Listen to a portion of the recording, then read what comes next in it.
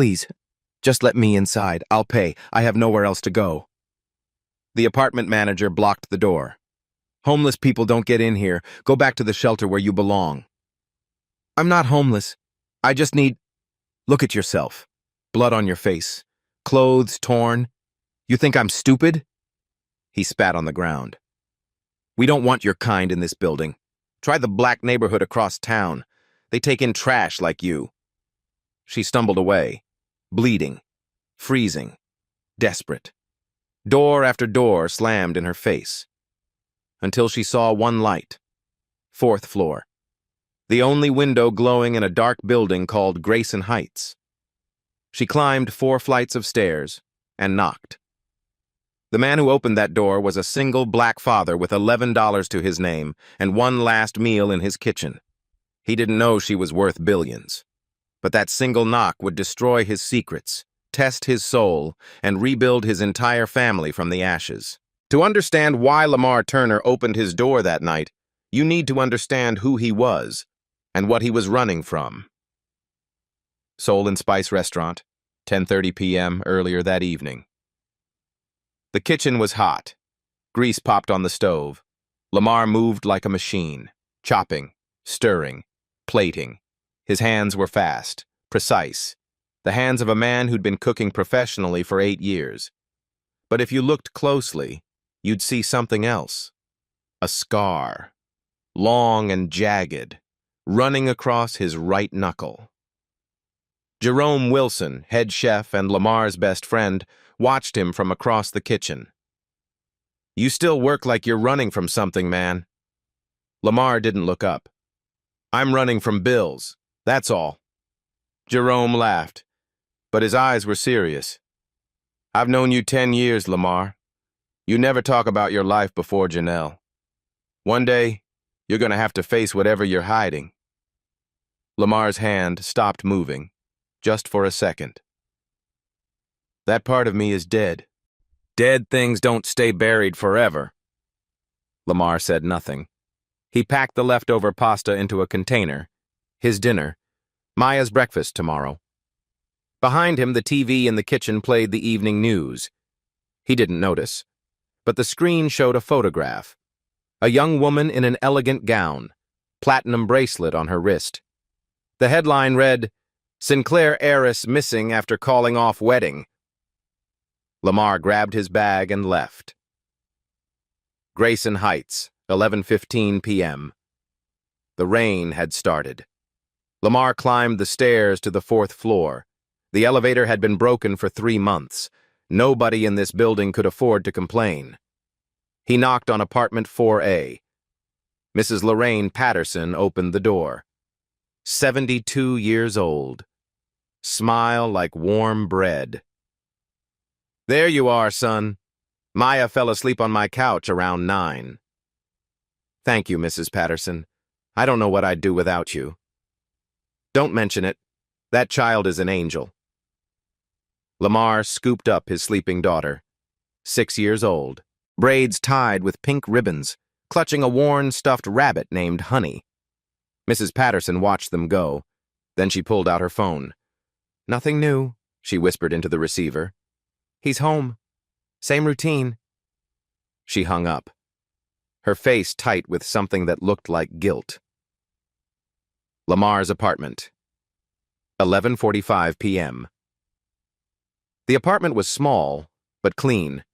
Every surface wiped down, every photo frame dusted. And there were many photos. All of them showed the same woman. Beautiful, radiant, smiling like she held the sun in her chest. Janelle Turner, Lamar's wife. Dead 2 years now. He tucked Maya into bed, kissed her forehead. Daddy? Yeah, Princess?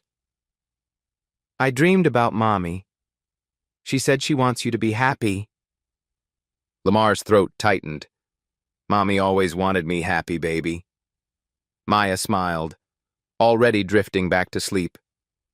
Lamar walked to the kitchen, sat at the table, pulled out his wallet, $11. He stared at the stack of bills on the counter. Electric, water, medical. One envelope caught his eye. The logo read, Sinclair Medical Center, the hospital where Janelle spent her final months. The only hospital that accepted patients who couldn't pay full price. Lamar opened the container of pasta, divided it in half.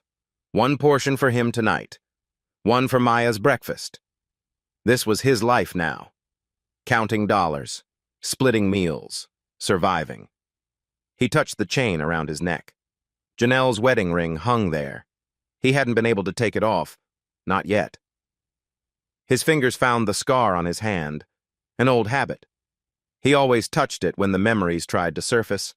A flash of images, blood, screaming, the crack of bone, handcuffs clicking shut. Lamar closed his eyes. 8 years, he whispered. It's over. It's done. But Jerome's words echoed in his mind. Dead things don't stay buried forever. Knock, knock, knock. Lamar's eyes snapped open. 11:52 p.m. Who would come to his door this late? He stood, walked to the door, looked through the peephole, and his blood turned cold. A woman, young, maybe 30. Her face was swollen, purple bruises around her neck, shaped like fingers. Blood dripped from a gash on her forehead. Her clothes were expensive, but torn, soaked through. Her wrist had a raw red mark, like something had been ripped away, and her eyes, God, her eyes. They were the eyes of someone who had nowhere left to run. Please, she whispered through the door. He's coming for me. Please help me. Her legs buckled. She collapsed against his door. Lamar looked at her, looked at Maya's bedroom door. His hand found the scar on his knuckle. Every instinct told him to walk away. Call the police. Don't get involved. But then he saw the bruises again. Someone had done that to her. Someone had wrapped their hands around her throat and squeezed. Lamar knew that kind of violence. He'd been capable of it once. He opened the door. He had no idea that the woman bleeding on his doorstep was running from a $2 billion empire. And he had no idea that saving her would cost him everything he'd built, including the secret he'd buried for 8 years. Lamar caught her before she hit the ground. She weighed almost nothing, like a bird with broken wings. He carried her inside, laid her on the couch, grabbed a clean towel from the bathroom. When he moved toward her to wipe the blood from her face, she flinched, hard. Her arms flew up to protect herself, her whole body curled inward, the reaction of someone who expected to be hit. Lamar froze. He knew that reflex. He'd seen it before. In shelters. In support groups. In the eyes of women who had learned that love came with fists. He stepped back, raised his hands slowly. I'm not going to hurt you, he said softly. I don't hit women. Ever. I won't touch you unless you say it's okay. The woman opened her eyes, wild, terrified. But something in his voice made her pause. I'm sorry, she whispered. I didn't mean to. Don't apologize. You're safe here, I promise. She studied his face, the small apartment, the photos of Janelle everywhere. Something in her shoulders released, just a fraction. Thank you, she breathed. Thank you. Mrs. Patterson appeared in the doorway. She'd heard the commotion. Come to investigate. When she saw the woman on Lamar's couch, her expression flickered, just for a moment. Recognition? Fear? It was gone before Lamar could name it. Lord have mercy, Mrs. Patterson said. What happened to this poor child? Someone beat her. She showed up at my door. Did you call the police? The woman's eyes went wide with terror. No! She grabbed Lamar's arm. Her grip was surprisingly strong. No police, please, he'll find me. He has people everywhere. Lamar and Mrs. Patterson exchanged a look. Okay, Lamar said. No police, not tonight. Mrs. Patterson moved closer, studied the woman's face. Something passed behind her eyes, something calculating. "Let her stay here tonight," Mrs. Patterson said. "I'll bring some bandages and clean clothes. We can figure out the rest in the morning." "Thank you," the woman whispered. Mrs. Patterson left, but in the hallway she pulled out her phone again. "It's me," she said quietly. "There's a situation. A young woman just showed up at Lamar's apartment. She's injured, beaten badly, and I think it's her." She listened to the voice on the other end. "Yes, I'm certain. I'll keep watching." She hung up, took a breath, walked back inside with bandages and a smile that didn't reach her eyes. By 2 a.m., the woman was cleaned up. The cut on her forehead wasn't deep. The bruises would heal. But the fear in her eyes, that would take longer. Lamar sat across from her, keeping his distance, giving her space. "You don't have to tell me anything," he said. "But if you want to talk, I'll listen." She was quiet for the long moment. "Why did you let me in?" "What do you mean?" "A stranger, bleeding, in the middle of the night." She looked at him. "Most people would have called the cops, or shut the door. You didn't even hesitate." Lamar thought about it. The real answer was complicated. It involved Janelle, and the person he used to be, and the man he was trying to become. But he gave her the simple version. "My wife used to say something. We don't help people because we know them. We help because we can." Tears spilled down the woman's cheeks. "That's beautiful." She was beautiful, inside and out. Was. She passed 2 years ago. "I'm sorry." Lamar touched the ring on his chain. "Me too." They sat in silence. The rain hammered against the windows. The city felt very far away. "My name is Livy," she finally said. "Thank you for saving me." "Lamar, and you don't need to thank me. Just rest. We'll figure out the rest in the morning." She nodded. Her eyes were already closing, exhaustion pulling her under. Lamar covered her with a blanket, turned off the lights. He sat in the kitchen, watching over her. This stranger in his home. His hand found the scar on his knuckle again. He told himself he was doing the right thing. He didn't know that by morning, everything would change. He didn't know that the woman sleeping on his couch was worth more money than this entire neighborhood combined. And he didn't know that someone was already coming for her. Someone who would burn down everything Lamar loved to get her back. She called herself Livy. She said she had nowhere to go. Both of those things were lies. But the truth was worse than Lamar could have ever imagined. 6:30 a.m.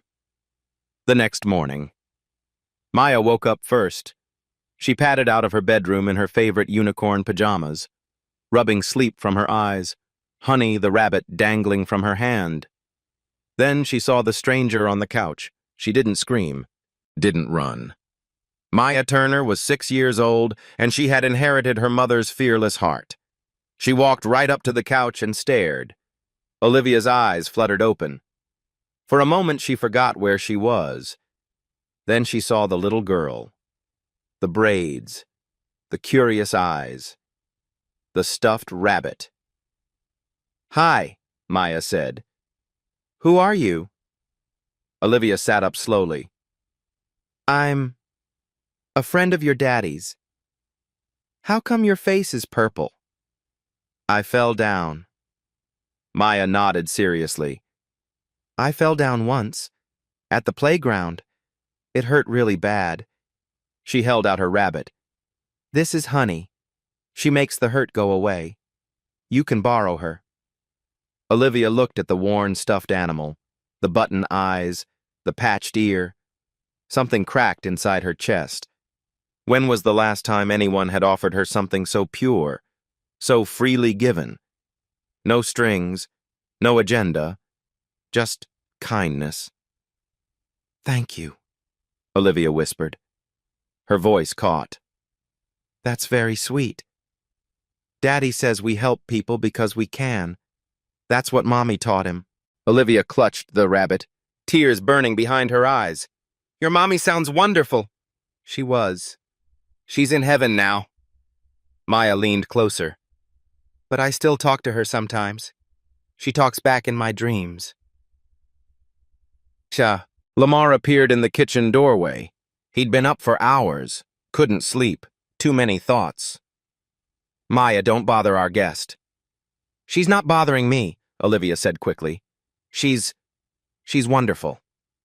Maya beamed, then her stomach growled. Daddy, I'm hungry. What's for breakfast? Lamar walked to the kitchen, opened the refrigerator. Empty. Opened the cabinet. A few ramen packets, a can of beans. That was it. And the pasta. The one container he'd brought home last night. The one meal that was supposed to last them both. He looked at Maya, looked at Olivia. His daughter needed to eat. But their guest hadn't eaten in God knows how long, the way she'd looked at that couch, like she hadn't slept somewhere safe in weeks. Lamar made his decision. He heated up the entire container of pasta, split it onto 2 plates, one for Maya, one for Olivia. Nothing for himself. He brought the plates to the table. Eat up, princess.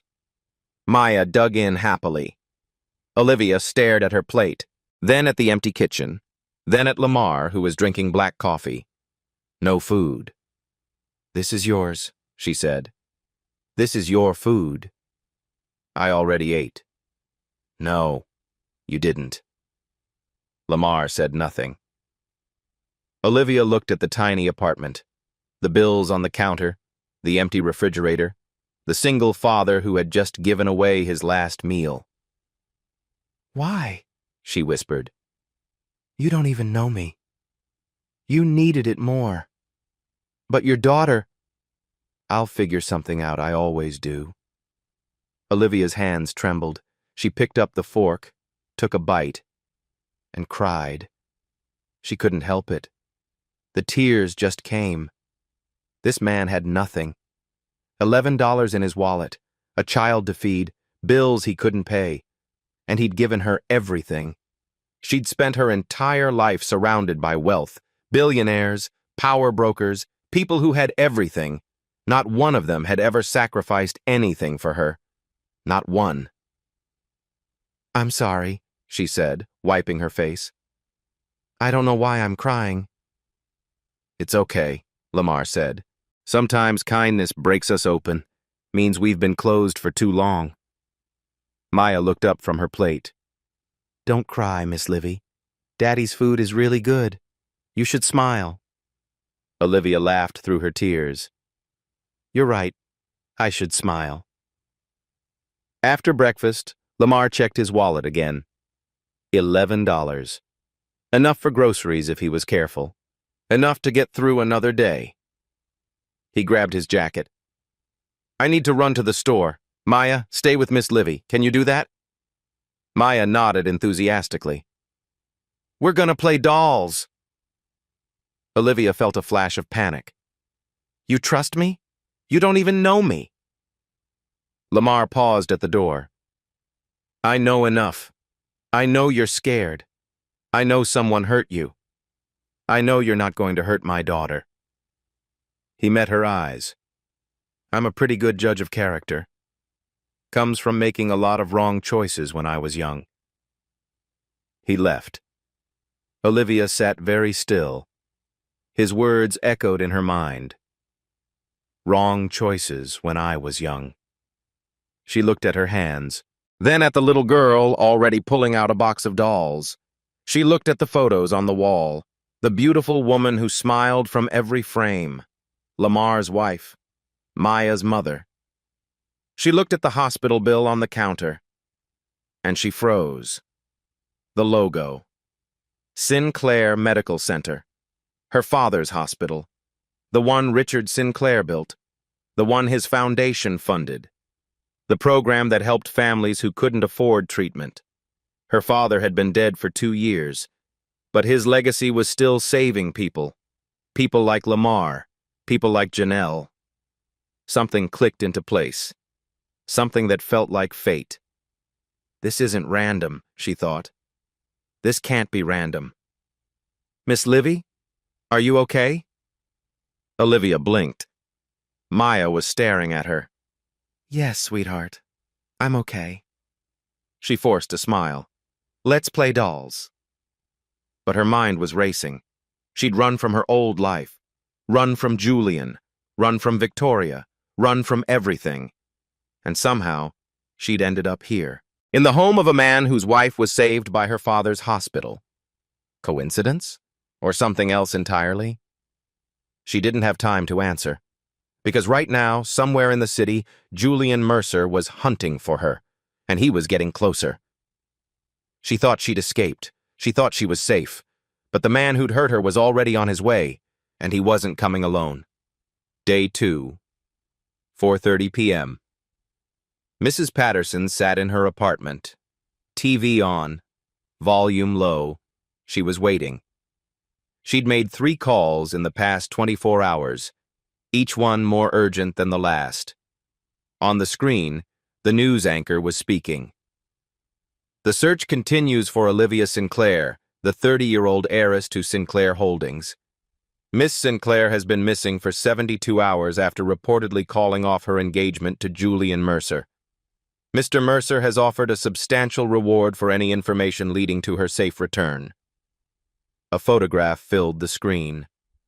Olivia Sinclair, in a silk gown, diamond earrings, platinum bracelet on her wrist. She looked like a princess. Mrs. Patterson heard footsteps on the stairs. She turned. Olivia was coming down from Lamar's apartment. Their eyes met. Mrs. Patterson looked at the TV, looked at Olivia. "You're her," Mrs. Patterson whispered. "You're Olivia Sinclair." Olivia's face went pale. She turned, started to run. "Wait!" Mrs. Patterson grabbed her arm. "I'm not going to turn you in, but you need to tell Lamar the truth." "I can't. If he knows who I am, he deserves to know. That man has given you everything he has. His food, his home, his trust." Mrs. Patterson's eyes were hard. "Don't repay him with lies." Olivia pulled away, disappeared upstairs. Mrs. Patterson watched her go. Then she pulled out her phone. "She's definitely the Sinclair girl. What do you want me to do?" Olivia isn't homeless. She's running from something. That night, 8:00 p.m. Lamar came home to find Olivia sitting in the dark. "Everything okay?" She didn't answer. Her face was wet with tears. "Livy? That's not my real name." Lamar set down his bag, sat across from her, waited. "My name is Olivia. Olivia Sinclair." The name meant nothing to him. He didn't follow rich people's drama. "Sinclair Holdings," she continued.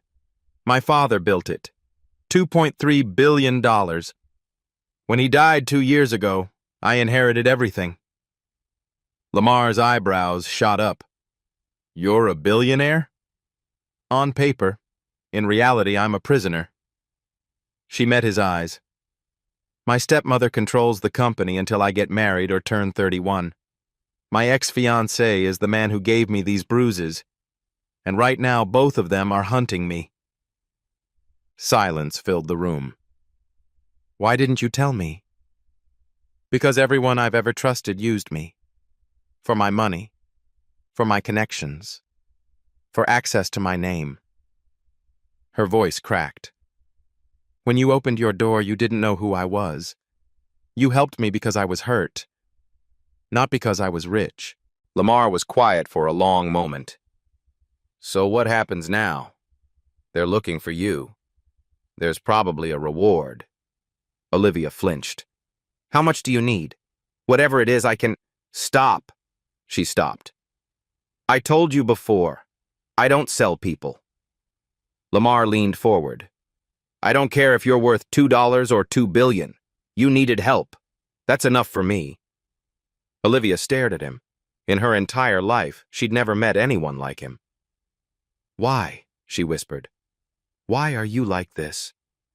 Lamar's hand moved to the scar on his knuckle. Because I wasn't always this way, and someone gave me a second chance when I didn't deserve it. He paused. Her name was Janelle, and she saw something in me that I couldn't see in myself. Olivia wiped her tears.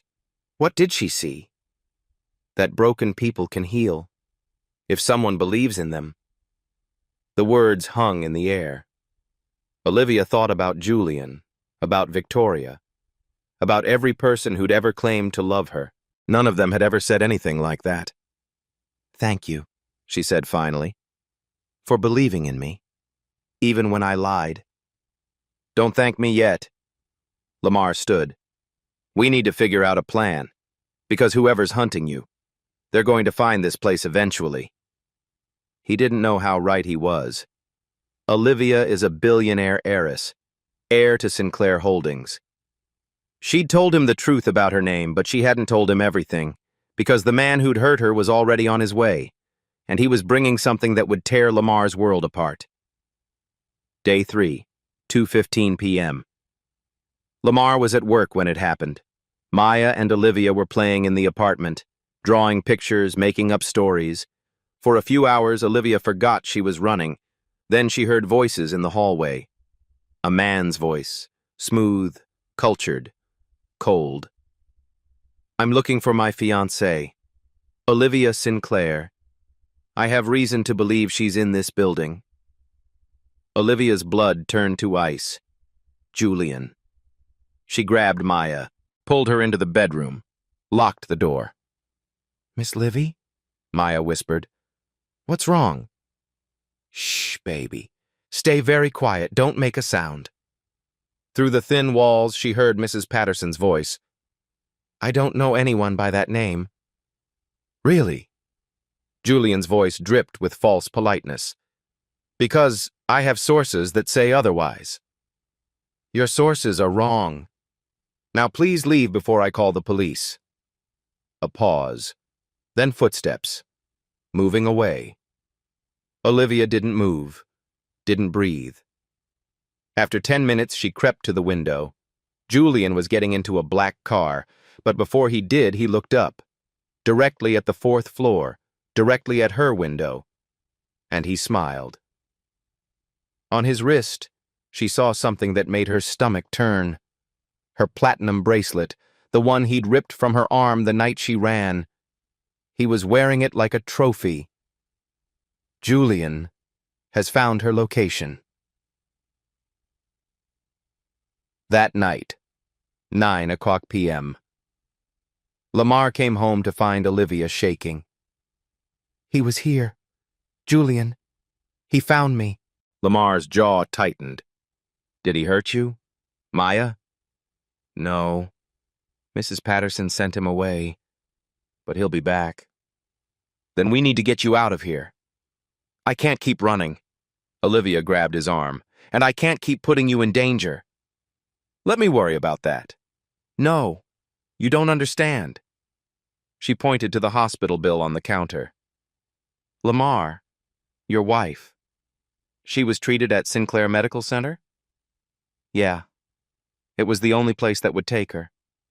They had this program for people who couldn't afford full treatment. Olivia's eyes filled with tears. My father created that program. He built that hospital. He believed everyone deserved care, regardless of money. She paused. He died 2 years ago, the same time your wife was being treated. Lamar felt something shift in his chest. Your father saved Janelle? His program gave her 6 more months. 6 months to say goodbye, to be with Maya, to be with you. Silence. Lamar touched the ring on his chain. She had time, he whispered. Because of him, she had time to prepare us. I think there's a reason I ended up here, Lamar. I don't believe in coincidences. Neither did he. Not anymore. Olivia's father saved Janelle's life. They were connected before they ever met. Fate had brought them together, but fate wasn't finished yet. Because the person Lamar trusted most was about to betray him, and his darkest secret was about to be exposed. Day 5, 11 o'clock a.m. Lamar got a phone call that changed everything. It was Jerome. His voice was urgent. Lamar, listen to me carefully. Julian Mercer didn't find Olivia by accident. Someone in your building told him where she was. Lamar's grip tightened on the phone. What are you talking about? I have a friend who works security at Sinclair Holdings. He showed me some documents. Victoria Sinclair, Olivia's stepmother. She owns Grayson Heights. Has for 5 years. She owns my building? And she has someone inside. Someone who's been reporting to her for years, watching the tenants, sending updates. Jerome paused. The name in the file is L. Patterson. The phone nearly slipped from Lamar's hand. No, you're wrong. I'm not wrong, man. Mrs. Patterson has been working for Victoria this whole time. She's the one who told them Olivia was with you. Lamar found Mrs. Patterson in her apartment. She was sitting in her usual chair, knitting, like nothing was wrong. You, Lamar said. His voice was barely controlled. You told them where she was. Mrs. Patterson's hands stopped moving. Lamar, let me explain. Explain what? His voice cracked. You've been watching me for years, reporting on me, on Maya. And when Olivia showed up, you sold her out. Mrs. Patterson started to cry. They threatened to evict everyone. Victoria owns this building. If I didn't cooperate, she was going to throw all of us out on the street. You, Maya, everyone. So you chose to betray us instead? I chose to protect you. I thought if I gave them small things, they'd leave us alone. I never thought anyone would get hurt. Olivia almost died because of you. I know. Mrs. Patterson's voice broke. I know. And I'm sorry. I was scared. I've lived alone for 40 years. This apartment is all I have. I was afraid of losing everything. Lamar stared at her. This woman who'd watched Maya since she was a baby, who'd been there when Janelle died, who he'd trusted like family. I looked you in the eyes, he said quietly, every single day, and you lied to me. Every single time. He turned and walked away. Mrs. Patterson called after him. Lamar, please, I made a mistake, please. He didn't look back. Mrs. Patterson is Victoria's spy. Same day, 3 o'clock p.m. Lamar returned to his apartment, still reeling. But Julian Mercer was waiting for him, sitting on the couch, legs crossed, smile like a snake. And he wasn't alone. 2 large men stood by the door. Mr. Turner, Julian said smoothly, we finally meet. Get out of my house. In a moment. First, I have something to show your lovely house guest. He looked at Olivia, who was pressed against the wall. Come sit, darling. You'll want to see this. He pulled out a folder, tossed it on the coffee table. Do you know who you've been trusting, Olivia? This noble, humble, single father?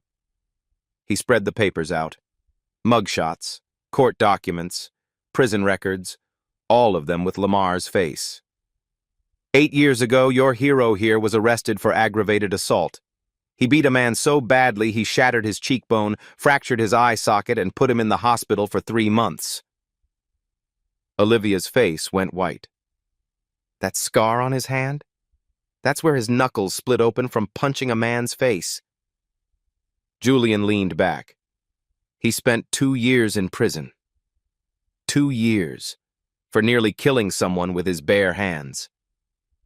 Olivia looked at Lamar. Is this true? Lamar's voice was heavy. Yes. You beat someone almost to death? He was attacking Janelle. Lamar's eyes were haunted. He followed her home one night, tried to assault her. I walked in and I lost control. I couldn't stop hitting him, even after he stopped moving. Silence. Julian smiled triumphantly. You see, Olivia? He's no different from me. We're both violent men. At least I never went to prison for it. Olivia stood frozen, torn between two realities. The man who'd saved her, who'd given her his last meal, who'd treated her with nothing but kindness. And the man in those photos, young, angry, capable of terrible violence. Why didn't you tell me? She whispered. Because I was ashamed. Lamar's voice cracked. Because I spent 8 years trying to be someone else. Someone Janelle could be proud of. Someone Maya would never have to fear. He met her eyes. I didn't tell you because I thought, if you knew what I was capable of, you'd never look at me the same way again. Olivia said nothing. Julian stood, straightened his jacket. Come with me, Olivia. Come home. These people can't protect you. Olivia looked at Lamar, at Maya's bedroom door, at the photos of Janelle on the walls. Then she looked at Julian, at the bruises on her own wrists, at the cold calculation in his eyes. I need time, she said. I need to think. She walked out the door. Julian followed, smiling. Lamar watched her go, his heart shattering. Maya ran out of her room. Daddy, where's Miss Livy going? Lamar knelt down, wrapped his arms around his daughter. I don't know, baby. I don't know. Lamar has a violent past. He served 2 years in prison for nearly killing a man. She was gone. His secret was exposed, and Lamar thought he'd lost everything. But Julian wasn't finished, because the monster was about to do something unforgivable, something that would bring Lamar's greatest fear to life. And day 7, 3:30 p.m. 2 days passed. Lamar went through the motions, working, cooking, caring for Maya. But part of him was hollow. He hadn't heard from Olivia. He tried not to think about where she was, what Julian might be doing to her, whether she hated him now. Mrs. Patterson tried to approach him twice. Both times he walked away without a word. He was picking up Maya from school when it happened. His phone rang, an unknown number. Mr. Turner? The voice was Mrs. Patterson, hysterical, sobbing. Lamar, I'm so sorry. I'm so sorry. What's wrong? Maya. They took Maya. The world stopped. What? Julian came. He had men with him. I tried to stop them. I tried. She was screaming now. They grabbed her and put her in a car. She was screaming for you. She was screaming for her daddy. Lamar couldn't breathe. Where did they take her? I don't know, Lamar. I'm so sorry. This is my fault. This is all my fault. He hung up. His daughter was gone. Julian Mercer had taken his 6-year-old daughter. Olivia received the call 30 minutes later. Julian's voice was ice cold. You have 2 hours. Come back to me. Sign the marriage papers, or the little girl disappears. She's 6 years old. She has nothing to do with this. She has everything to do with this. You made her matter when you stayed in that man's apartment. Now she's leverage. Julian, please. 2 hours, Olivia. The Mercer estate. Don't be late. Olivia arrived at the estate alone. Julian was waiting in the study. Contract on the table. Pen beside it. And in the corner, tied to a chair, was Maya. Tears streaming down her face. Honey the rabbit clutched to her chest. Livy, Maya sobbed. I want my daddy. I want to go home. Olivia's heart shattered. Let her go. I'll sign whatever you want. Julian slid the papers toward her. Marriage contract. Sign here. And here. Olivia picked up the pen, her hand shaking. She signed. Now release her. Julian laughed. After the wedding is finalized, she stays with us until then. Insurance. You promised! I lie. It's what I do best. Maya was crying harder now. Miss Livy, help me, please! Olivia looked at the child, at the monster in front of her, at the bottle of pills on Julian's desk, his sleeping medication. She recognized it. In that moment, she made a decision. She grabbed the bottle, twisted off the cap. Olivia! No! She swallowed every single pill. Julian lunged for her. Too late. Olivia smiled. If I die, you get nothing. The entire fortune goes to charity. Every single penny. Her eyes rolled back. She collapsed. Julian kidnaps Maya. Olivia kills herself to stop Julian. Hospital. 6:00 p.m. Detective Amanda Collins delivered the news. She found Lamar at the police station. He'd been there for hours, demanding answers, threatening to tear the city apart. Mr. Turner, her voice was gentle. We found Maya. She's safe. She's at the hospital being checked out. Lamar nearly collapsed with relief. But there's something else. He looked up. Olivia Sinclair was found at the Mercer estate. She took an overdose of sleeping pills. No. The paramedics tried to revive her, but she was unresponsive for too long. No. I'm sorry, Mr. Turner. Olivia Sinclair was pronounced dead at 5:47 p.m. Lamar's knees gave out. He sank to the floor of the police station. The woman who'd knocked on his door. The woman he'd fed with his last meal. The woman who'd made him feel something he hadn't felt since Janelle died. Gone. Maya ran to him from down the hallway, threw her arms around his neck. Daddy! Daddy, I was so scared! Lamar held his daughter, and for the first time since Janelle's funeral, he cried. Deep, racking sobs, the kind that tear you apart from the inside. I'm sorry, he whispered. To Maya, to Olivia, to Janelle, to everyone he couldn't save. I'm so sorry.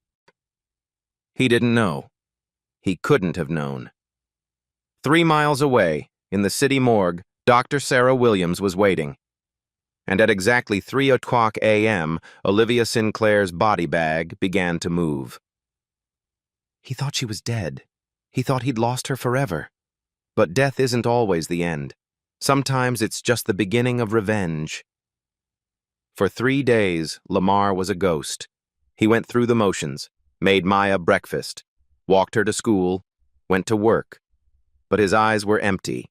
At night, he sat alone in the kitchen, staring at the couch where Olivia had slept, at the table where she'd eaten his last meal. Maya found him crying once. Daddy? Are you sad about Miss Livy? Yeah, baby. I'm sad. I'm sad, too. Maya climbed into his lap. She was really nice. She made the hurt go away. Lamar held his daughter close. He'd known Olivia for less than a week, but somehow she'd cracked open something in him, something he'd sealed shut when Janelle died. And now that crack was bleeding. City morgue, 3:00 a.m. The body bag unzipped from the inside. Olivia sat up, gasping, choking, heart pounding. Dr. Sarah Williams was there instantly, checking her vitals, helping her breathe. Easy, easy. You're okay. The drug worked exactly as planned. Olivia's voice was raw. How long was I out? 12 minutes of cardiac arrest, long enough to fool everyone.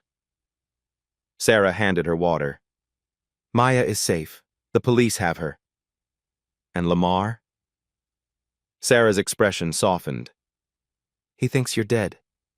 He's not taking it well. Olivia closed her eyes, pain washing over her. I need to see him. Not yet. Julian is still being questioned. We need to finish this first. Finish what? Sarah pulled out a folder. Victoria Sinclair, your stepmother. I've been gathering evidence for months. She opened it. Did you know she murdered your father? Olivia went still. What? His car accident. It wasn't an accident. Victoria had his brakes tampered with. I have the mechanic's confession. I have financial records showing she paid him. Olivia's hands shook. She killed my father? And that's not all. Sarah flipped to another page. 25 years ago, Victoria had another husband, Julian's father. He died of natural causes when Julian was 9. She poisoned him. Then she took Julian in, raised him, shaped him. Sarah's voice was grim.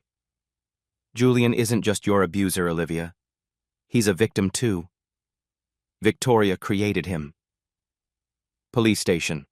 Interrogation room. Olivia walked in wearing a disguise. Wig, glasses, unrecognizable. Julian was handcuffed to the table. He looked up and screamed, "You're dead! I watched you die!" I have excellent doctors. Julian tried to lunge at her. The cuffs held him back. Olivia slid the folder across the table. Read this. Julian's hands trembled as he opened it. His father's death certificate. Victoria's financial records. The poison she'd used. The insurance payout she'd collected. No, Julian whispered. No, this isn't real. She killed your father, Julian, when you were 9 years old. Then she took you in and turned you into this. Olivia's voice was cold. You think the violence in you is natural? She made you this way. She trained you, molded you. She loved me. She raised me. She raised a weapon, a tool, something she could use to control me and get access to my fortune. Julian was shaking now, his whole body trembling. I didn't know. I swear I didn't know. I believe you. Olivia leaned forward. But that doesn't excuse what you did to me. The bruises, the broken bones, the terror. I know. I know it doesn't. You're going to prison, Julian, for kidnapping Maya, for assault, for everything.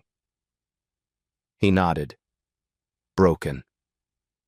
But before you go, you have a choice. Help me take down Victoria. Testify against her. Or spend the rest of your life knowing the woman who killed your father is still free. Julian looked up. For the first time, Olivia saw something human in his eyes. I'll testify. The monster had become human. The dead had come back to life. And now there was only one person left to face. The woman who had orchestrated everything from the beginning. Victoria Sinclair's estate, 8:00 p.m. Victoria was packing when they came for her. Suitcases full of cash, fake passports, an escape plan 20 years in the making. But she wasn't fast enough. Olivia walked through the front door. Behind her, Lamar, Julian, Detective Collins, a full police squad. It's over, Victoria. Victoria's eyes narrowed. You're supposed to be dead. I learned from the best. You taught me that death can be faked. Victoria laughed, bitter, venomous. You think you've won? You think any of this matters? She reached into her jacket, pulled out a small revolver. I built this family. I made the Sinclair name worth something, and I'll burn it all down before I let you take it from me. But she didn't aim at Olivia.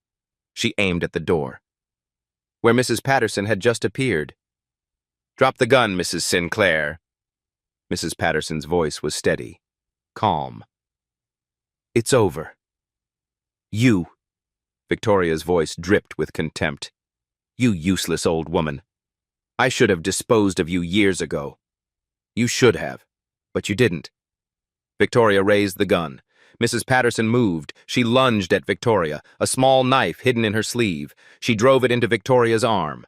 Victoria screamed. The gun went off. Mrs. Patterson fell. Lamar reached her first. Mrs. Patterson lay on the floor, blood spreading across her chest. Lamar! Her voice was fading. I'm sorry. For everything. Don't talk. Save your strength. No. She grabbed his hand. I need you to know. I was wrong. I was so scared of losing my home that I lost myself. Her eyes found his. Don't ever let fear turn you into someone you're not. Lamar's tears fell on her face. I forgive you. I forgive you. Mrs. Patterson smiled. Tell Maya. Tell her I loved her. Like my own grandchild. I will. I promise. And Lamar? Yes? Be happy. Janelle would want you to be happy. Her eyes closed. Her hand went limp. Mrs. Lorraine Patterson was gone. Lamar held her and wept. Victoria was handcuffed, dragged away, screaming. The evidence was overwhelming: murder, fraud, conspiracy. She would spend the rest of her life in prison. Julian watched her go, his face empty. I loved her, he said quietly. I thought she loved me. Olivia stood beside him. Monsters don't love, Julian. They consume. What happens to me now? You testify. You serve your time. And maybe you find out who you were supposed to be before she broke you. Julian nodded. For the first time in his life, he looked like a human being. The villains were gone. The truth was exposed. But the hardest battle was still ahead. The battle to build something new from the ashes of everything they'd lost. 6 months later, grand opening day. The sign above the door read, Janelle's Table. A small restaurant, warm lighting, the smell of home cooking, and photos on every wall. Janelle Turner, smiling her radiant smile. Richard Sinclair, distinguished, kind, Mrs. Lorraine Patterson, the woman who'd made mistakes but died trying to fix them. Lamar stood in the kitchen. White chef's coat, his name embroidered on the chest. Jerome worked beside him. Head chef, best friend, brother in everything but blood. Maya ran through the dining room, helping set tables, Honey the rabbit tucked under her arm. And Olivia, standing at the hostess stand, welcoming guests, smiling like she'd finally found where she belonged. The door opened. Julian walked in. He was wearing a prison jumpsuit, handcuffs on his wrists, 2 officers escorting him. The room went quiet. I asked for 5 minutes, Julian said, before I start my sentence. Lamar nodded. Speak. Julian looked at Olivia. I don't deserve forgiveness. I know that. What I did to you? There's no excuse. He swallowed hard. But I want you to know, I'm going to spend every day trying to be different. In prison, I'm starting a program. For men like me. Men who were taught that violence was love. Men who need to learn another way. Olivia studied him. That's a start. It's all I have. He turned to leave, then stopped. Take care of her, he said to Lamar. She deserves someone good. Lamar nodded. I know. Julian was led away. The door closed behind him. At night. Rooftop of Grayson Heights. Lamar and Olivia sat side by side, the city spread out below them, stars above. Lamar held the chain around his neck, Janelle's ring. She told me something once, he said. She said, if I go first, don't turn your heart into a museum. Let it be a home. He unclasped the chain, held the ring in his palm. I'll always love her. She made me who I am. I know, Olivia said softly. But I love you too. He met her eyes. You knocked on my door bleeding and broken. You brought chaos and danger and everything I didn't want. But you also brought light.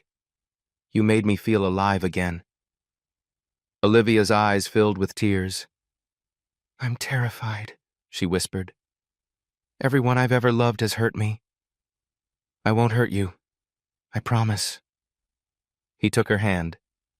Stay. Build something with me. Not because of money or power or any of that, just stay. Olivia looked at him. This man who'd given her his last meal, who'd faced his demons to protect her, who'd loved her before he knew her name. I'll stay, she said. They kissed. And somewhere Lamar was certain Janelle was smiling. 1 year later. The apartment was bigger now, nicer, but still in Grayson Heights. Olivia had bought the building, turned it into affordable housing, made sure no one would ever be evicted for being poor. At dinner, Maya looked up from her plate. Miss Livy? Are you my new mommy? Olivia's breath caught. Do you want me to be? Yes, but Honey says you have to promise to stay forever. I promise. Maya smiled. Okay then. You're my mommy now. On the wall, 4 photos hung side by side. Janelle, Richard, Mrs. Patterson, and the new family. Lamar, Olivia, and Maya, past and present, loss and hope, endings and beginnings, together. That night, when the knock came, Lamar could have ignored it. He could have kept his last meal for himself. He could have protected his secrets. But he opened the door. He gave what he had. He faced what he feared. And it changed everything. Sometimes the person you save will save you right back. Sometimes the one who betrays you will die to make it right. Sometimes your enemy is also a victim. And sometimes the last meal you give away becomes the first meal of a brand new life. So I want to ask you, when was the last time you opened the door for someone who needed help? Drop your answer in the comments. And if this story moved you, if it made you think or cry or believe in second chances, hit that like button. Share it with someone who needs to hear it. And subscribe so you don't miss what comes next. Because every story here is about the same thing, the power of ordinary people doing extraordinary things. See you in the next one.